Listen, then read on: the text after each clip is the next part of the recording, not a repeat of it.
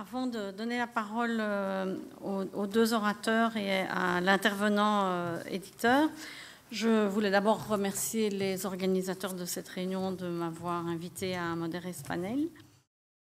Je le citais tout à l'heure de manière générale, mais je veux le dire particulièrement pour le livre, le piratage est en train d'exploser pour le livre, comme il a explosé pour la musique.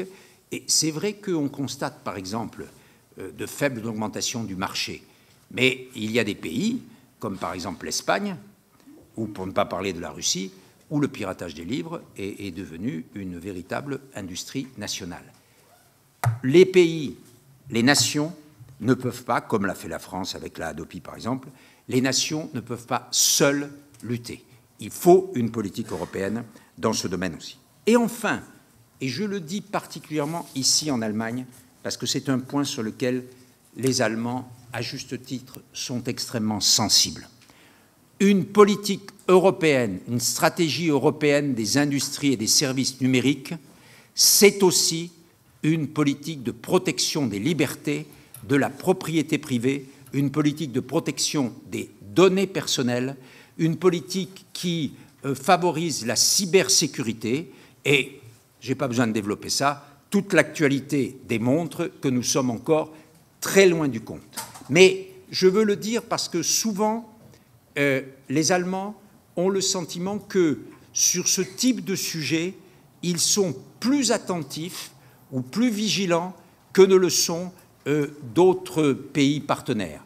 Moi, je peux vous dire qu'en France, et notamment à travers un organisme qui s'appelle la Commission nationale informatique et liberté, nous sommes extrêmement vigilants et que nous sommes de ceux qui poussons à Bruxelles une réglementation qui aille bien au-delà, pour dire les choses comme elles sont et pour résumer, de ce que veulent les grandes industries américaines.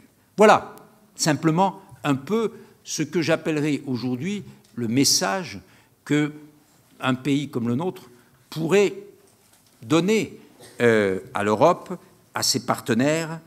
Je pense que nous aurons l'occasion, pour préparer le Conseil européen du 25 octobre, que le président Van Rompuy a convoqué sur le sujet du numérique et de l'innovation.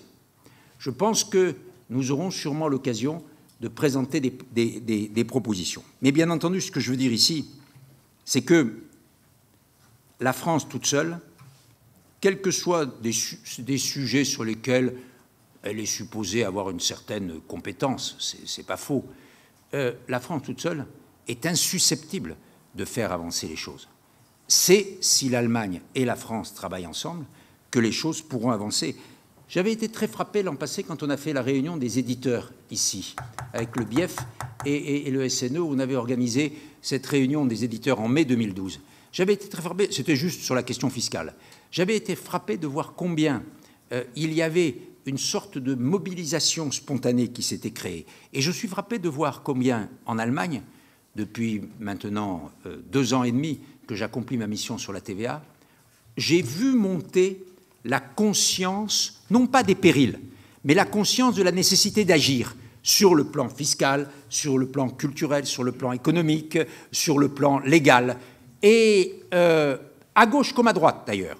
Et je pense que nous avons un moment, quelles que soient les circonstances électorales, bien sûr, il n'y aura pas de gouvernement en Allemagne avant la fin octobre, le début novembre, mais je pense qu'avec l'administration allemande et avec le futur gouvernement, nous pouvons travailler pour vraiment préparer ensemble ce Conseil européen, en tirer ensuite tous les résultats.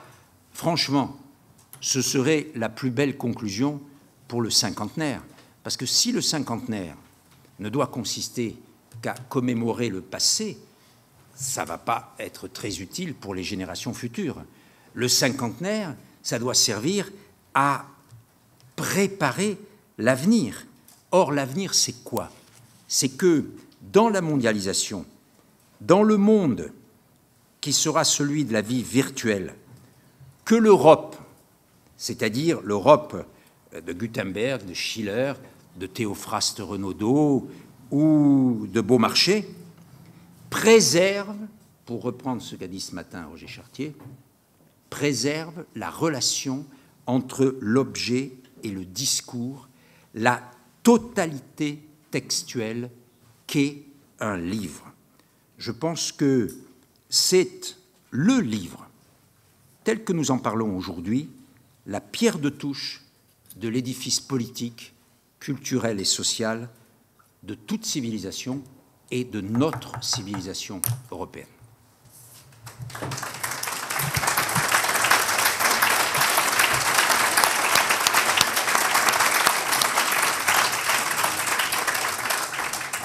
On a beaucoup de chance de vous avoir, Monsieur Toubon, pour plaider aussi brillamment la cause du livre. Je dois dire qu'on peut remercier les autorités françaises de vous avoir donné cette mission parce que c'est un souffle pour notre secteur. Merci, Monsieur le Ministre, Madame Bergmann-Taon, Hagraus von Cleef, Mesdames et Messieurs. Dans beaucoup de pays européens, et certainement encore davantage en France qu'en Allemagne, cette rentrée littéraire rime avec l'arrivée de dizaines de nouveaux ouvrages sur les tables des libraires. Et il y a de nouveaux auteurs, jeunes et parfois moins jeunes, qui font leur apparition. Mais le format de leurs écrits, très souvent, ne change pas. Et comme les années précédentes, beaucoup de nouveaux titres ne sont publiés que sur papier. Et quand ils sont disponibles sous forme numérique, on les trouve parfois dans un format très spécifique, par exemple le Kindle, pour ne pas le citer, et non pas dans le format ouvert e-pub. Et donc certains éditeurs expliquent parfois, et on l'a déjà entendu aujourd'hui, très clairement, qu'ils entendent ainsi préserver le livre papier, en particulier de poche, et le réseau des libraires. Et je pense qu'on peut comprendre et même partager ces préoccupations. Nous avons tous notre relation très personnelle par rapport au livre, et on discutait entre nous pendant le déjeuner que beaucoup d'entre nous préfèrent, et moi je m'inclus là-dedans, tenir un livre papier en main. On préfère se coucher avec un livre qu'avec un Kindle dans son lit, et on préfère annoter, faire des petites annotations, souligner, etc. Mais je pense qu'il ne faut pas se voiler dans un développement technologique, et ce serait dramatique si on ratait le virage du numérique, et ceci à la fois pour les auteurs, les libraires et les lecteurs européens. Et moi, je pense qu'on peut penser à un exemple comme Nokia, qui était leader dans la... Je veux dire, nous, les Européens, on était leaders dans la téléphonie mobile. C'est nous qui avions inventé le standard à l'époque. Nokia était l'entreprise phare. Et qu'est-ce qui en restait aujourd'hui? Elle a été vendue, elle n'existe plus.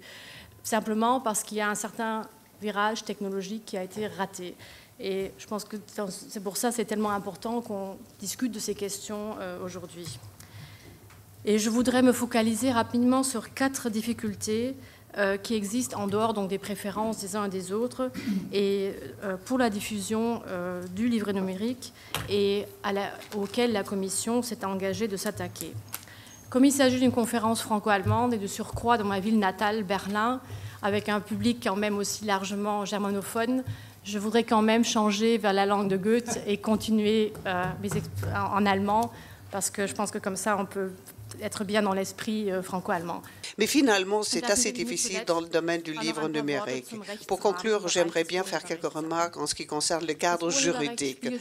Le droit d'auteur joue un rôle central quand il s'agit de donner une promotion au marché du livre numérique. Il faut fournir un cadre juridique sûr pour les auteurs aussi bien que pour les éditeurs. Il faut donc, dans le domaine numérique, mettre en place des conditions fiables.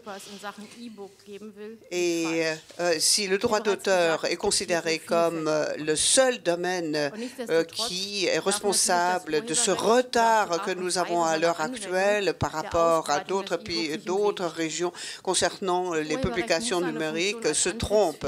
Le droit d'auteur doit garder toute sa force motivante, doit être une sorte de force motrice pour la création artistique. Il y a de nombreuses initiatives qui ont été prises par la Commission dans le cadre de la stratégie publiée en 2011 en ce qui concerne les droits de propriété, en ce qui concerne le traitement des différents contenus. Et nous avons une approche double. D'une part, nous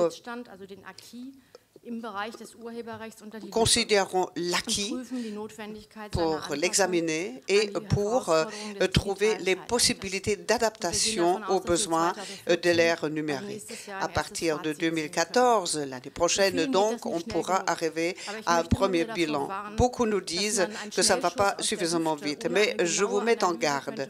Agir trop rapidement, ça serait aussi dangereux puisqu'il faut être précis. On ne peut pas se tromper. Peut-être on marche et on avance lentement, mais finalement, il faut trouver un cadre acceptable par tous. Interopérabilité totale, comme par exemple l'utilisation des systèmes cloud en nuage. Mesdames et messieurs, le respect des réglementations fiscales, des nouvelles propositions qui ont été incluses dans la directive qui a été lancée et dans des directives qui vont suivre. Ce sont là les intentions matérialisées de la Commission. Bien sûr, il reste encore beaucoup de problèmes à résoudre pour arriver à un développement équilibré pour les auteurs, pour les éditeurs et pour les lecteurs. Il faut leur donner la possibilité d'avoir une offre de plus en plus large et d'éviter les développements néfastes. Pour y arriver, nous avons besoin d'un dialogue aussi large que possible. C'est pour cela que je salue extraordinairement ce dialogue que nous sommes en train de mener aujourd'hui. Merci. Erstmal danke ich sehr für die Gelegenheit, hier zu Ihnen zu sprechen. Tout d'abord, je vous remercie de la possibilité de prendre la parole ici. Moi, je ne peux prendre la parole qu'au nom d'une maison d'édition qui s'adresse à un public extrêmement large. Monsieur Toubon a dit que l'Europe est plus que le libre commerce. Et pour nous, les maisons d'édition particulièrement, il y a donc une conception du libre commerce qui doit nous permettre une accessibilité libre aux œuvres. Libre commerce, ça ne veut pas dire forcément de pouvoir pratiquer notre activité en toute liberté. Ce qu'il nous faut, c'est une recherche d'une conscience européenne. Nous ne pouvons pas régler les problèmes culturels sur des plateformes qui ressemblent à des bourses, qui sont animées et gérées par des gens qui ne payent pas d'impôts et qui pratiquent des modèles d'affaires et des modèles commerciaux complètement différents. Moi, je suis commerçant, mais je suis un commerçant qui produit des livres. Pourquoi je pratique ce commerce? Parce que je veux que les livres continuent d'exister pour qu'on puisse continuer à lire, pour qu'on puisse conserver cet objet très important du patrimoine. Mon attente à la politique européenne, c'est qu'on crée une sécurité d'investissement, garantir les droits de propriété et pas brader ce que nous avons pu acquérir comme principe, comme contenu et comme liberté, comme s'il ne s'agissait que de pommes ou de poires ou de poissons. Une fois bradés, ces produits, ces objets, ce patrimoine, c'est irrétractable. Et on l'oublie trop souvent si l'on parle de la politique de compétitivité, puisque très souvent on a l'impression que les Européens, en parlant de la politique de compétitivité, parlent d'une politique à l'américaine, comme si nous ne sommes pas capables de développer notre propre politique de compétitivité. L'Union européenne, quand on considère les licences, le taux de vente, ça serait quelque chose qui serait vraiment mis en danger si l'on ne vendait que des best-sellers. Il faut vraiment avoir une procédure transnationale, une procédure européenne. Et j'aimerais bien ajouter encore une remarque en ce qui concerne la politique de cartel et d'entente. Le droit en vigueur à l'heure actuelle ne prévoit plus les stipulations nécessaires. Vous avez un grand opérateur qui peut faire tout.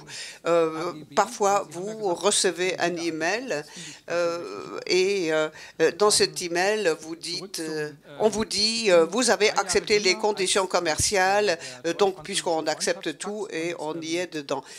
Moi, j'ai 3 ans de plus que le traité d'amitié est signé à l'Élysée et moi, j'étais vraiment très fière des Français qui avaient évité l'adoption comme ça, forfaitaire, de ce traité avec les Américains concernant le libre commerce. Le gouvernement fédéral, on a l'impression que ce gouvernement ne suit pas, ne comprend pas et fait quelque chose en cachet, clandestinement, pour que personne ne sache rien, pour que les choses ne se fassent pas dans la transparence. Le fait que les Français nous ont défendus, c'est vraiment admirable, j'en suis très fière. Mais il faut dire qu'il y a en France, semble-t-il, plus de conscience de la valeur du patrimoine culturel. Mais il faut vraiment aller au niveau européen. On ne peut pas rester au niveau national. Les Européens doivent défendre leur contenu. Pour les licences, 60% des licences vendues par Ovolt sont vendues par des maisons d'édition européennes. Avec la France, nous avons un partenaire qui se trouve à la 3e place. On avait samedi une interview à James Voltaire qui dirige une grande maison d'édition. On l'a connu en Europe tout d'abord. Ensuite, il a atteint une certaine notoriété en Amérique. C'est quelque chose qui est tout à fait valable. On ne peut pas le sacrifier comme ça. On ne peut pas le brader. Il faut être fier. Chez Rowohlt, nous faisons, en ce qui concerne le nombre, la moitié de livres par rapport au passé, c'est-à-dire il y a eu une réduction assez forte et ce que nous faisons maintenant, c'est 50%. Nous le faisons puisque nous le voulons, puisque nous savons que nous avons le savoir-faire pour le faire et nous en sommes fiers. Mais pour pouvoir continuer, il nous faut des conditions cadres. Et de toute façon, pour le lecteur et pour l'éditeur, il n'est pas compréhensible du tout que 2 taux de TVA sont pratiqués. Parce que M. Schäuble, le ministre des Finances, manque d'argent, écoutez, c'est quand même une explication qui ne tient pas debout.